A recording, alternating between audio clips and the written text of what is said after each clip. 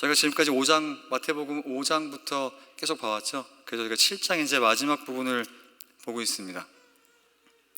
근데 이게 여러분께서 이미 아시겠지만 하나의 긴 설교를 저희가 지금 5장부터 읽어온 거예요. 근데 마태복음을 보다 보면 이런 긴 설교가 5개나 나옵니다. 근데 제가 이 설교를 다시 한번 앞에부터 읽어보다 보니까 한 가지 마음에 드는 생각이 있었습니다. 아니 이게 왜 이렇게 예수님 믿는 게 뭐 이렇게 어렵고 심각한가라는 생각을 좀 해봤어요.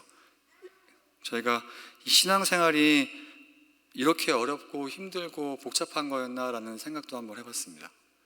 그리고 우리가 은혜가 아니면 이 은혜 하나면 다 해결되는 거 아닌가라는 생각도 좀 해봤어요. 그리고 예수님께서 정말 이렇게 엄격하실까? 또 예수님께서 정말 이런 말씀을 우리에게 진짜 지키라고 말씀하신 것일까? 그런 생각도 정말 해봤습니다. 또 한편으로는 결국 예수님을 믿으면 다 모든 일이 잘 되고 잘 끝나지 않을까? 이런 고민들을 좀 해봤어요. 왜냐하면 저희가 지금까지 봤듯이 예수님께서 하신 말씀이 되게 쉽지 않고 어려운 말씀들이 많았잖아요. 그래서 정말 우리가 은혜가 없는 건 아닐까? 우리가 정말 예수님께서 되게 단순하게 하신 말씀을 너무나 어렵게 이해하는 건 아닐까라는 고민도 많이 해봤습니다. 그런데 이런 고민을 저 혼자만 한 것 같지 않아요. 여러분들 그런 고민 많이 하셨죠? 그렇죠? 정말 저희가 마태복음 계속 읽다 보면서 이게 정말 예수님께서 이렇게 말씀하신 것일까? 이렇게 신앙생활하는 게 어렵고 복잡한 것일까? 이렇게 생각 혹시 해보셨나요? 아마 다 그랬을 거라고 믿습니다. 그런데 저희만 이런 고민을 한 건 아닌 것 같아요. 제가 요한복음 6장을 한번 보도록 하겠습니다. 요한복음 6장에 예수님께서 사람들에게 말씀을 가르치시는데 사람들의 반응이 저희와 굉장히 비슷해요. 6장 60절부터 제가 한번 읽겠습니다. 제자 중 여럿이 듣고 말하되 이 말씀은 어렵도다. 누가 들을 수 있느냐 한데. 또 읽어볼게요. 예수께서 스스로 제자들에게 이 말씀에 대하여 수군거리는 줄 아시고 이르시되. 그러니까 예수님께서 어떤 가르침을 주셨는데 사람들이 이 말을 듣고 어떻게 이게 너무 어렵다라고 똑같이 반응했다라는 거예요. 우리가 다르지 않죠? 그래서 예수님께서 이렇게 가르치신 다음에 66절입니다. 그때부터 제자 중에 많은 사람이 떠나가고 그와 함께 다니지 아니하더라. 그러니까 예수님에게 말씀을 들어 나와서 예수님 말씀을 듣고 이게 너무 어렵다라고 생각해서 사람들이 결국 이 말씀을 듣지 않고 떠났다라는 거예요. 이게 너무 쉽지 않구나라고 해서 저희가 생각했던 이 마음의 반응이 다른 사람들 똑같이 있다는 것을 알 수 있습니다. 근데 예수님께서 이런 저희의 마음을 너무나 잘 아시는 것 같아요. 그런 이 마음을 잘 아시고 오늘 말씀을 하신 것 같습니다. 제가 다시 한번 읽어볼게요. 13절 14절입니다. 좁은 문으로 들어가라. 멸망으로 인도하는 문은 크고 그 길이 넓어 그리로 들어가는 자가 많고 생명으로 인도하는 문은 좁고 길이 협착하여 찾는 자가 적음이라. 이 말씀 여러분 저희가 다 아는 말씀이잖아요. 이 말씀 여러분 안 들어보신 적 없으시죠? 그런데 저희가 이 말씀을 들을 때 일반적으로 어떻게 생각해요? 예수 믿는 사람은 항상 어려운 길만 가야 되나? 예수 믿는 사람은 항상 손해보는 삶을 살아야 되나라고 생각하기 쉽습니다. 신앙길은 정말 고생길이구나 이렇게 생각하기 쉬워요. 그런데 저희가 예수님 당시에 이 말씀을 듣는 사람들이었고 예수님 당시의 문화와 익숙했던 예수님의 그 옆에 있던 사람들이라면 이렇게 생각하지 않았을 것 같습니다. 저희가 사진을 한번 볼까요? 첫 번째 문 사진 보여주시겠습니까? 이 예루살렘 성벽에 있는 문들 사진이에요. 예수님 시대에 없던 문도 있고 그 뒤에 생긴 문들도 있습니다. 근데 여러분 문들 보면 크기가 다 어때요? 다 다르죠? 그렇죠? 그래서 아마 생각해 보십시오. 여러분 저희가 보통 이 많은 문들을 지금도 마찬가지죠. 저희는 뭐 걸어 다니는 문화가 아니니까 좀 어색할 수 있지만 예수님 당시에는 다 걷는 문화였잖아요. 그래서 어느 도시를 들어갈 때 저렇게 성문들을 들어가야 했습니다. 그런데 여러분 큰 문은 어때요? 많은 사람들이 다니기 편하고 오가기 쉽죠? 좁은 문은 어떻습니까 여러분? 이 문이 좁은 걸 알면 저희가 큰 문을 찾아가기 쉽죠? 사람들이 북적거리게 되면 그 문을 비집고 들어가야 되는데 그렇게 하기 쉽지 않습니다. 예수님께서 이런 비유를 하신 이유가 분명히 있을 것 같아요. 아무 생각 없이 걸어가기에는 큰 문이 너무 좋고 저희가 좁은 문으로 들어가기 위해서는 의도적으로 찾아 들어가야 한다는 거죠. 다른 사진 보시겠습니까? 두 번째 사진 보겠습니다. 길 사진이에요. 저희는 요즘 하이웨이가 아주 잘 돼 있죠. 로컬도 되게 잘 돼 있지 않습니까? 그런데 저희가 잘 알듯이 이스라엘 땅은 오른쪽은 산악지대예요. 그리고 왼쪽은 평야지대입니다. 그래서 저희가 이스라엘을 가보지 않았어요. 저도 사진으로만 보고 글로만 봤습니다. 그런데 저런 길들을 가기 위해서는 의도적으로 가야 한다는 거죠. 그리고 편한 길을 가기 위해서는 큰 길로 가야 한다는 것입니다. 그렇다면 저희가 이 이미지를 알고 오늘 본문을 다시 보면 예수님께서 하시는 말씀이 단순히 우리가 힘들고 고난한 삶을 살아야 되는 것이 아님을 알 수 있습니다. 제가 다시 한번 말씀을 읽어볼게요. 그리고 제가 지금 봤던 이미지를 한번 생각해 보십시오. 좁은 문으로 들어가라. 멸망으로 인도하는 문은 크고 그 길이 넓어 그리로 들어가는 자가 많고 생명으로 인도하는 문은 좁고 길이 협착하여 찾는 자가 적음이라. 예수님께서 지금 우리에게 말씀하시는 것은 우리 앞에 두 문밖에 없다라고 말씀하세요. 큰 문이 있고 좁은 문밖에 없다라고 말씀하십니다. 굉장히 재밌죠? 저희는 신앙생활할 때 예수님을 잘 따르고 대충 따르고 못 따르고 이렇게 신앙생활을 평가할 때가 많은데 예수님께서 우리의 신앙생활을 묘사하실 때는 큰 문으로 들어가는 것과 좁은 문으로 들어가는 것 두 가지밖에 없다라고 말씀하시는 거예요. 제3의 옵션은 없다라고 말씀하십니다. 그리고 그거의 결과가 어떻게 돼요? 생명으로 가든지 멸망하든지 이 두 가지밖에 없다라고 말씀하신다는 거죠. 그렇다면 우리가 우리 앞에 크고 좁은 길밖에 없고 이 두 가지 길이 생명으로 인도하고 멸망으로 인도하는 길밖에 없다라고 한다면 결국 저희가 이 신앙생활을 하는 것은 우리 앞에 두 가지 옵션밖에 없는 굉장히 중요한 것이라면 알 수 있어요. 맞죠? 살든지 죽든지 이 결과가 두 개밖에 없다는 것을 알 수 있습니다. 그런데 우리가 가야 하는 길이 명확함에도 불구하고 아무 생각 없이 길을 걷다 보면 어떻게 될까요? 앞에서 얘기했듯이 많은 사람들이 좁고 비집고 들어가야 되는 길로 들어가고 싶어 합니까? 아니죠. 그렇죠? 우리가 아무 생각 없이 길을 걷다 보면 많은 사람들이 가는 큰 길로 간다라는 거죠. 그리고 넓은 길로 가고 좁은 길로 가지 않는다라는 거예요. 그리고 우리가 언제 걸어갈 때 사람들을 따라갑니까? 아무 생각 없이 걸어갈 때 사람들을 따라가죠. 근데 예수님은 인위적으로 계속 우리가 좁은 문으로 좁은 길로 가야 한다라고 말씀하신다는 거죠. 우리에게 그냥 사람들을 따라가라, 물을 흘러가듯이 신앙생활을 하라 이렇게 말씀하시지 않습니다. 그렇게 생각해보면 저희가 또 오늘 이미지를 알면 우리가 신앙생활을 어떻게 해야 하는지를 생각해 볼 수가 있어요. 예수님께서 말씀하시는 지금 내용은 신앙생활이 힘들다, 고달프다라는 것이 아니라 우리가 가야 되는 명확한 길이 있고 목표를 가지고 들어가야 되는 문이 있다라고 명확하게 말씀하신다는 겁니다. 다시 이야기하면 어떻게 해요? 우리가 그냥 신앙생활을 흘러가는 대로 할 수 없이 의도적으로 방향성을 갖고 좁은 문으로 좁은 길로 가야 한다는 거예요. 우리가 예수님 시대에 살았던 사람이라면 정처 없이 아무 의미 없이 길을 갔다면 어떻게 하겠어요? 당연히 큰 길로 갔을 거고 사람들이 많이 가는 큰 문으로 갔을 거예요.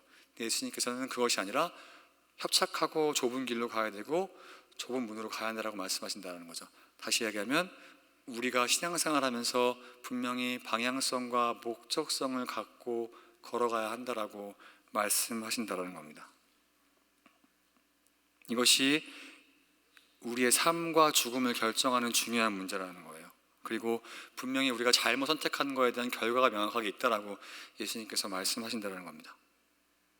이것이 굉장히 중요한 문제고 심각한 문제고 자동으로 걸어갈 수 없는 거라고 말씀하세요. 근데 여러분 이것이 예수님 당시에 유대인들에게 얼마나 충격적이었는지를 저희가 생각해 보아야 합니다. 왜냐하면 저희가 3장 9절 마태복음 3장 9절을 볼게요. 여러 번 봤던 말씀입니다. 한 목소리 한번 읽어볼까요? 시작.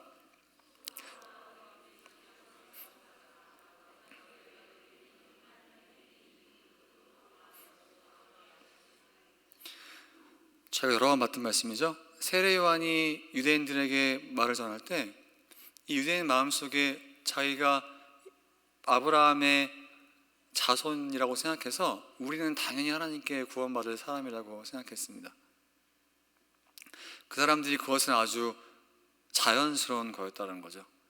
그래서 이 사람들이 하나님과 자기와의 관계에 대해서 전혀 의심해보지 않았음을 오늘 이 말씀이 잘 이야기하고 있어요. 우리의 아버지가 아브라함이니까 나는 당연히 하나님 앞에서 의롭겠지라고 생각했다는 거예요. 또 하나 볼까요? 15장 2절입니다. 마태복음 15장 2절 같이 읽어볼게요. 시작.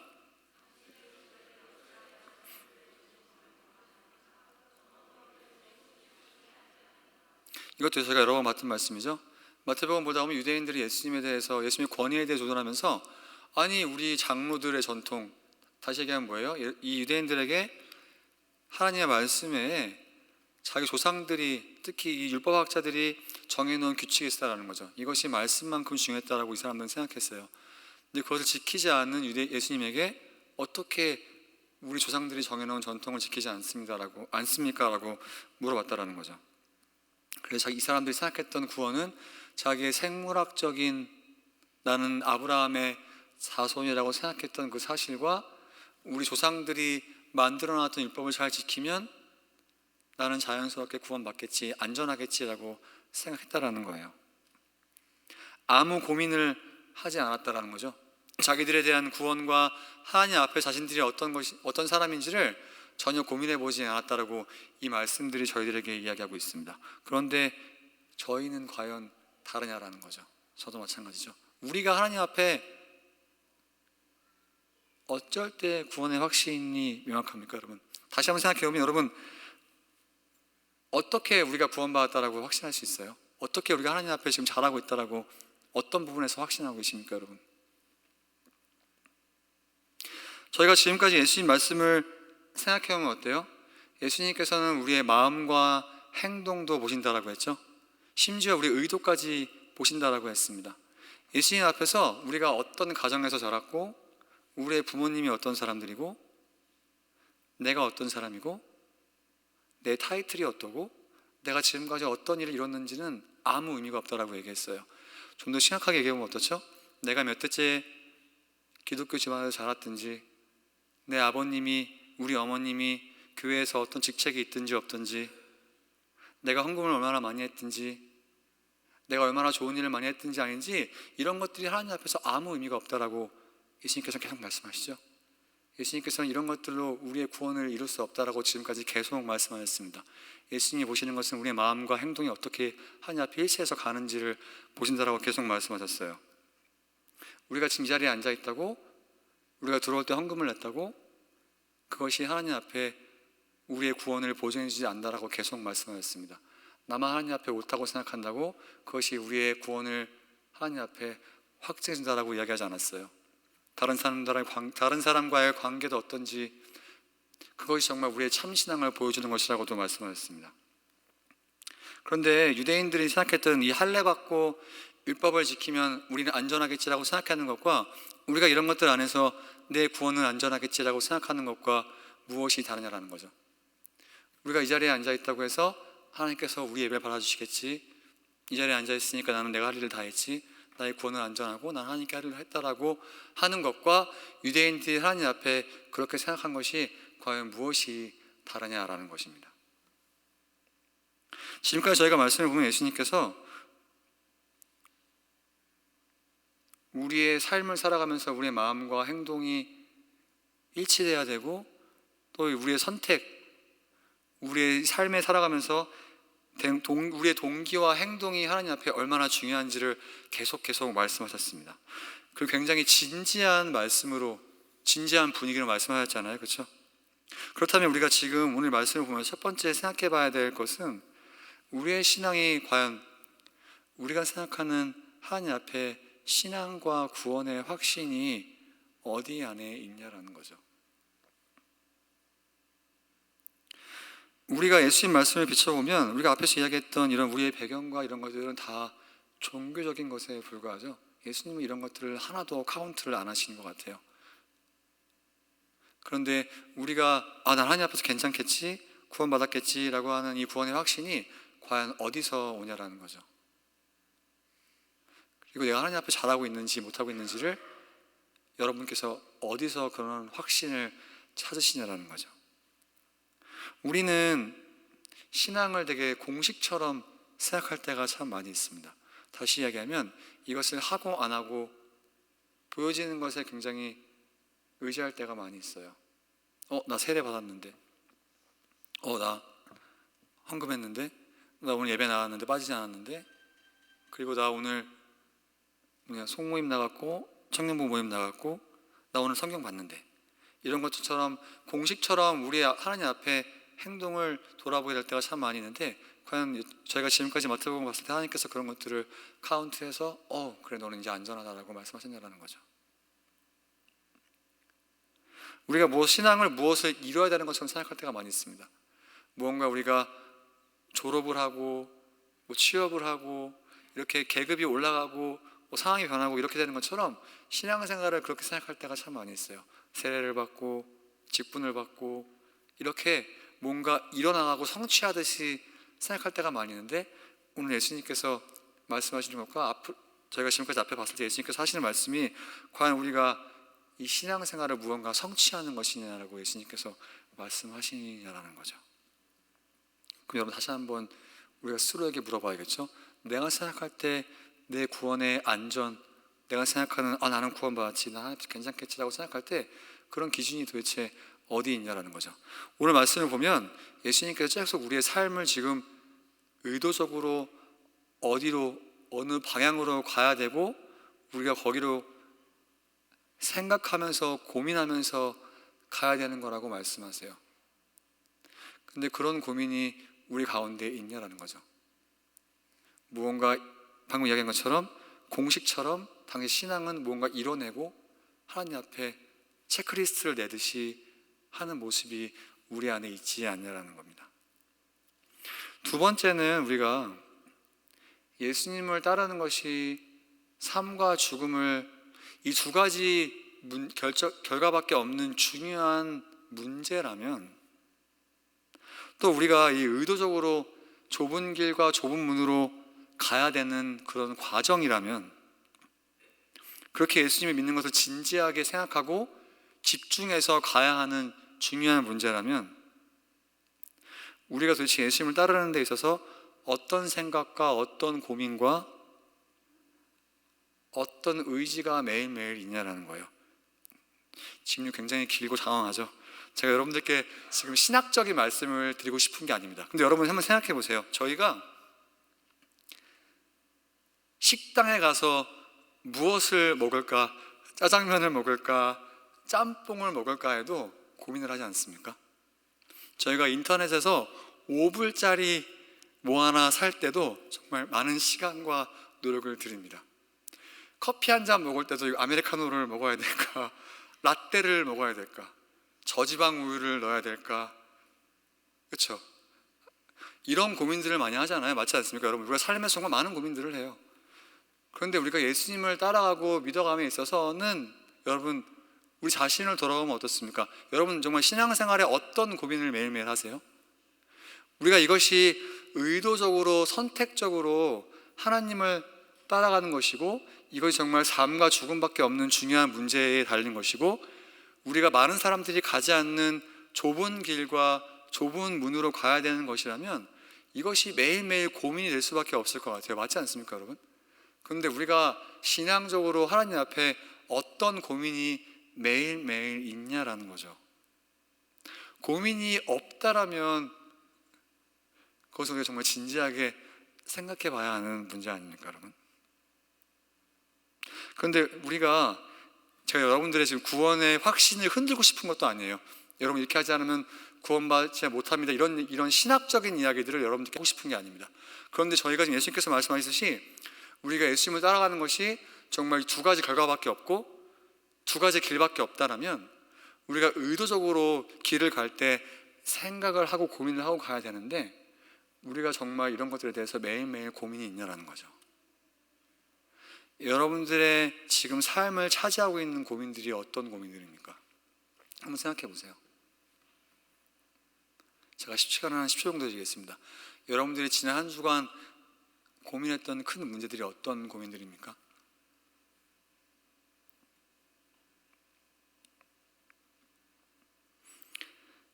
제가 여러분들의 삶을 평가절하고 싶은 것도 아니고 여러분들의 삶의 문제들을 무시하고 싶은 것들도 아닙니다. 그런데 제가 저의 고민들을 되돌아보니까 예수님께서 지금 마태복음 5장부터 하신 말씀을 제가 잘 살펴보면 제가 하는 고민들을 그렇게 크게 고민하지 않아도 되겠더라고요. 왜냐면 제가 지금까지 봤듯이 예수님께서 우리 삶에 대해서 책임지고 인도하시겠다고 하는 것들이 참 많이 있어요. 그렇다면 제가 제 얘기만 하겠습니다. 여러분들의 삶을 제가 잘 모를 수도 있으니까요. 그런데 그렇게 보니까 내가 그렇게 고민했던 것들이 별로 고민하지 않아도 될 문제일 수도 있겠다라는 생각을 좀 해봤습니다. 그런데 오늘 예수님께서 말씀하시는 고민은 참 많이 하지 않은 것 같다라는 생각을 많이 해봤어요. 예수님께서 이 자기를 따라올 때 어떤 길로 가야 한다라고 얘기하시고 그런 신앙적인 고민들을 많이 하기 원하시는데 제가 제 자신을 돌아보면 도대체 내가 하나님 앞에 어떤 고민들을 하고 있는가 생각해보면 참 의미 없는 고민들이 많겠다라는 생각을 많이 해봤습니다. 마태복음 22장 한번 볼까요? 함께 읽겠습니다. 예수께서 이르시되 내 마음을 다하고 목숨을 다하고 뜻을 다하여 주 너희 하나님은 사랑하라 하셨으니, 사실 이 말씀은 저희 신명기 6장 5절에 나온 말씀이에요. 예수님께서 다시 한번 또 읽어볼까요?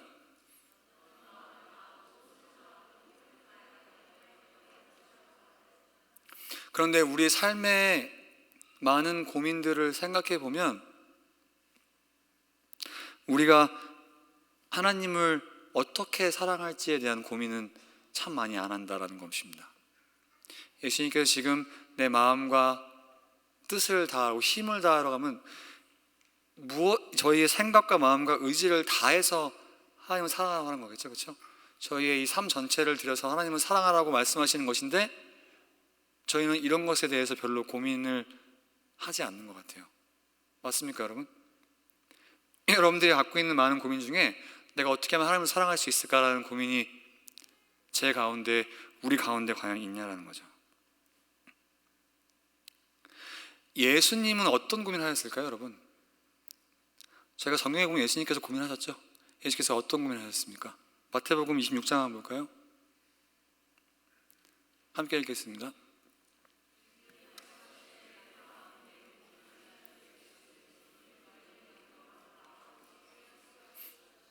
맞죠? 예수님께서 돌아가시기 전날 밤에 기도하시면서 했던 고민이죠. 이 잔을 옮겨주십시오라고 하면서 하나님의 뜻 순종할지 안 할지를 놓고 고민하였다라는 거예요. 예수님께서 고민하였다라는 본문이 마태복음에 여기밖에 나오지 않아요. 근데 예수님께서 이런 하나님의 뜻을 어떻게 순종할지, 하나님께 어떻게 자기의 뜻을 조율할지, 어떻게 하나님 앞에 자기 인생을 마무리할지에 대해서 밤새 고민을 하였다라는 겁니다. 그런데 우리는 어떤 고민을 하고 있냐라는 거죠. 마태복음 19장 한번 보겠습니다. 다 하는 말씀이에요. 함께 읽겠습니다.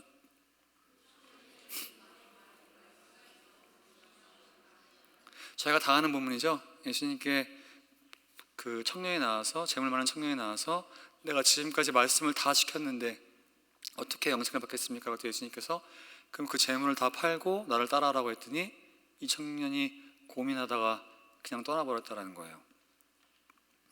이렇게 우리가 신앙생활은 예수님 앞에, 말씀 앞에 우리의 삶을 보고 고민할 수밖에 없는 것입니다. 제가 여러분들에게 죄송합니다.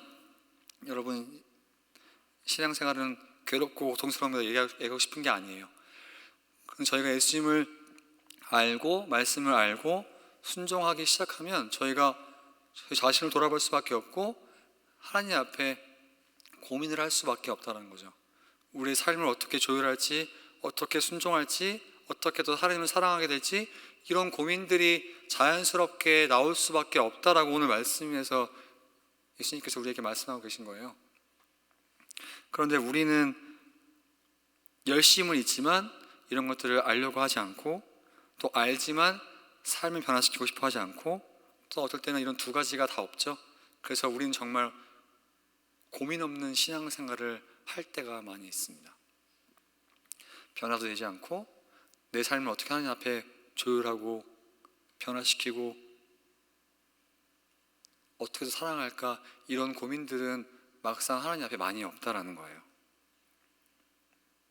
그럼 여러분, 저희가 이번 한 주를 살아가면서 어떻게 하나님 앞에 집중할 수 있을까? 오늘 말씀을 두고 생각해 보면 여러분, 하나님 앞에 우리 자신의 신앙을 놓고 고민해 볼 필요가 정말 있습니다. 오늘 예수님께서 이것이 두 가지 결과밖에 없고 좁은 문으로 의도적으로 가야 되고 생각 없이 가는 길이 아니고 자연스럽게 가는 길이 아니고 대충대충 따라가는 길이 아니라고 한다면 우리가 하나님 앞에 지금 나의 신앙은 어떤지, 내가 하나님을 어떻게 사랑할 수 있는지, 또 내 신앙에 잘하지 않는 것들은 어떻게 있는지, 내가 하나님의 말씀을 어떻게 진지하게 대하지 않는지, 어떤 것이 이해가 되지 않는지, 이런 고민들이 매일매일 삶 가운데 나올 수 있어야 한다는 거예요. 그러면 제가 앞에 여러분께 지금 삶의 고민이 어떤 것이 있습니까? 라고 물어봤는데 그 질문을 다시 바꿔서 우리가 곰곰이 생각하면 도대체 하나님 앞에 어떤 신앙적인 고민이 지금 있으십니까, 여러분? 제가 시간을 한번 5초 정도 드려볼게요. 어떤 신앙적인 고민이 하나님 앞에 있으십니까?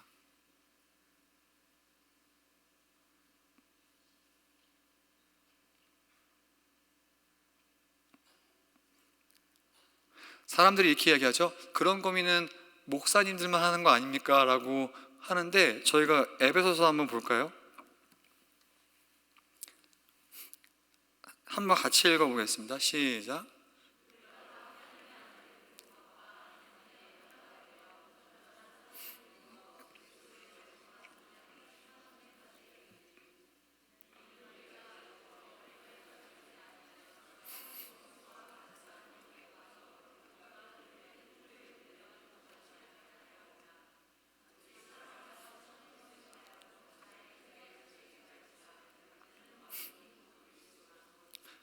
사도 바울은 우리의 신앙이 예수님의 분량까지 자라가야 된다라고 이야기해요.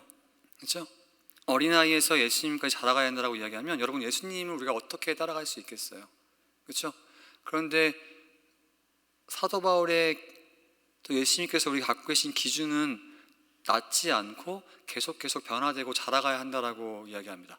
근데 여러분, 이 말씀이 굉장히 웃긴 말씀이에요. 왜냐하면 저희가 몇 번 앞에서 보았듯이 예수님께서 지금 이 말씀을 누구에게 하시는지를 기억할 필요가 있습니다. 마태복음 5장에서 보면 예수님을 따라다니는 사람들이 뭔가 사회적으로 엄청 훌륭한 사람들이 별로 없었어요. 글도 모르고 갈릴리 시골 지방에 살던 가난한 사람들, 또 심지어 이방인들, 이렇게 다 변두리 지역에 살던 별 볼 일 없던 사람들이었습니다. 그런데 예수님께서 이런 사람들에게 나를 따라오는 것은, 신앙생활은 고민하고 이렇게 가야 한다라고 말씀하신다는 거예요. 왜 그래요? 예수님께서는 이 사람들에 대해서 전혀 기준이 낮지 않았습니다. 우리는 어떻게 생각해요? 사람들이 생각할 때 이 사람들의 지적 수준이나 사회적인 능력을 보고 이 사람은 기껏 해봤자 이렇게밖에 안 되겠지라고 이야기하겠지만, 예수님과 사도 바울이 우리에게 갖고 있는 기준치는 결코 낮지 않고 예수님이라는 거죠. 거기까지 자라가야 한다라고 이야기하고 있습니다. 그렇다면 우리의 신앙생활이 절대 쉬울 수가 없겠죠? 매일매일 고민하고 치열하게 우리의 신앙과 삶을 돌아보고 변화하고 조율하는 그런 행동들이 일어나야 한다는 거예요. 마지막으로 고린도후서 7장 말씀 보고 마치고 싶은데요. 한번 볼까요? 그러므로 내가 편지로 너희를 근심하게 한 것을 후회하였으나 지금 후회하지 아니하면 그 편지가 너희로 잠시만 근심하게 한 줄 압니다. 바울이 고린도 교회의 문제를 듣고 고린도 전서의 편지를 써서 보냅니다. 그 다음에 이 편지를 읽고 사람들이 마음에 찔리고 여러 가지 고민들이 많았나 봐요. 사도 바울이 그 이야기를 들은 것 같아요. 그래서 고린도 후서에서 이 편지를 보내면서 다시 한번 쓰는 거예요. 내가 지금 기뻐함은 너희로 근심하게 한 까닭이 아니요 도리어 너희가 근심함으로 회개함에 이른 까닭이라. 너희가 하나님의 뜻대로 근심하게 된 것은 우리에게 아무 해도 받지 않게 하려 함이라. 하나님의 뜻대로 하는 근심은 후회할 것이 없는 구원에 이르게 하는 회개를 이루는 것이요 세상 근심은 사망을 이루는 것이니라. 보라, 하나님의 뜻대로 하게 된 이 근심이 너희를 얼마나 간절하게 하며 얼마나 변증하게 하며 얼마나 분하게 하며 얼마나 두렵게 하며 얼마나 사모하게 하며 얼마나 열심히 있게 하며 얼마나 벌하게 하였는가. 너희가 그 일에 대하여 일치나 자신의 깨끗함을 나타내었느니라. 무슨 말씀이죠? 우리가 신앙생활하면서 하나님 앞에 하는 그런 고민들이 아무 의미 없지 않다라고, 오히려 유익한 거라고, 그것이 구원에 이르게 한다라고 오늘 말씀 이야기하죠. 제가 여러분들이 고민이 없으면 구원받지 않았습니다, 이런 신학적인 이야기를 하는 것이 아니라고 이야기했어요. 우리가 하나님 앞에 신앙생활 하는 것이 고민 없이 할 수 없는 것이라고 분명히 이야기합니다. 그 고민이 분명히 유익이 있는 것이라고 이야기해요. 우리를 자라게 하고 깨끗하게 하고 변하게 하고 완전하게 하고 성장시킨다라고 이야기하고 있습니다. 그렇다면 여러분, 이번 한 주 저희가 살아가면서 하나님 앞에 내가 도대체 어떤 부분을 자라가야 되는지, 어떤 부분이 변화되지 않는지, 어떤 죄가 계속 머물고 있는지, 어떻게 하면 내가 하나님을 사랑할 수 있는지, 이런 신앙적인 고민들을 한번 해봤으면 좋겠어요. 내가 왜 예수님을 믿어지지가 않는지, 이 말씀이 왜 믿어지지 않는지, 이런 고민들을 우리가 해볼 필요가 있다는 거예요. 우리가 아무 생각 없이 신앙생활을 할 수가 없습니다. 아무 고민 없이, 아무 생각 없이 신앙생활을 할 수가 없어요. 제가 여러분들에게 여러분 학자가 되셔야 됩니다, 이런 얘기를 하고 싶은 게 아니에요. 근데 오늘 말씀이 그런 고민 없이는 우리가 이 신앙의 여정을 갈 수 없다라고 분명히 예수님께서 말씀하십니다. 그렇다면 우리가 해야 될 고민은 예수님께서 앞에서 말씀하신 먹는 것, 입는 것들, 이런 것들로 하는 고민들은 잠시 줄여놓고 어떻게 하면 내가 하나님 앞에서 살아갈 수 있을지를 고민해야 한다라고, 그런 고민들이 우리 평생에 계속 이어져야 된다고 예수님께서 말씀하세요. 여러분들을 괴롭게 하고 싶은 것이 아닙니다. 그런데 그런 고민으로 제가 고민만 드릴 수 없죠. 예수님께서 이 말씀 뒤에 보면 여기에 대한 해답도 주세요. 저희가 그 해답을 보기 전에 먼저 한 주간 그런 신앙적인 고민도 치열하게 한번 생각해 보시고 자신을 돌아보시는 그 여러분 되시기를 주님으로 축원합니다. 기도하겠습니다.